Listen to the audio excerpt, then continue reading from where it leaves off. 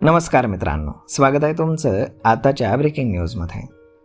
मित्रांनो, राज्यातील अंशतः अनुदानित आणि विना अनुदानित शाळांमधील शिक्षक आणि शिक्षकेतर कर्मचाऱ्यांच्या प्रलंबित मागण्यांकडे शासनाचं लक्ष वेधण्यासाठी शिक्षक समन्वय संघानं 7 आणि 8 जुलै रोजी राज्यव्यापी शाळा बंद आंदोलनाची घोषणा केली आहे. या 2 दिवसांमध्ये राज्यातील सर्व अंशतः अनुदानित आणि अनुदानित शाळा बंद ठेवण्यात येणार असून शिक्षकांनी मुंबईमधील आझाद मैदानावरील आंदोलनामध्ये मोठ्या संख्येनं सहभागी व्हावं असं आवाहन शिक्षण समन्वय संघाचे खंडेराव जगदाळे यांनी केलेलं आहे.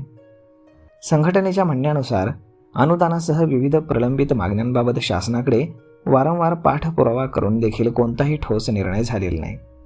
त्यामुळे शिक्षक आणि शिक्षकेतर कर्मचाऱ्यांमध्ये तीव्र नाराजी असून त्यातूनच राज्यव्यापी आंदोलनाचा निर्णय घेण्यात आला आहे. या आंदोलनामध्ये राज्यातील सर्व जिल्ह्यातील अंशतः अनुदानित आणि अनुदानित शाळांमधील शिक्षक आणि शिक्षकेतर कर्मचाऱ्यांनी सक्रिय सहभाग नोंदवून शासनापर्यंत आपल्या न्याय्य मागण्या पोहोचवाव्यात असं आवाहन संघटनेनं केलं आहे. वर्षानुवर्ष विद्यार्थ्यांच्या हितासाठी प्रामाणिकपणे सेवा बजावून देखील शिक्षकांना आर्थिक आणि प्रशासकीय न्याय मिळालेला नसल्याचा आरोप संघटनेनं केला आहे. शासनानं तातडीनं सकारात्मक निर्णय घेऊन प्रलंबित प्रश्न निकाली काढावेत, अन्यथा आगामी काळामध्ये आंदोलन अधिक तीव्र करण्यात येईल असा इशारा देखील शिक्षण समन्वय संघटनाच्या वतीनं देण्यात आला आहे.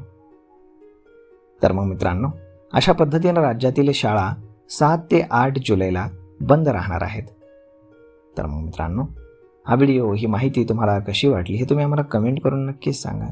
आणि जर आवडली असेल तर आपल्या जवळच्या मित्रमंडळींसोबत देखील हा व्हिडिओ तुम्ही शेअर करायला विसरू नका. धन्यवाद.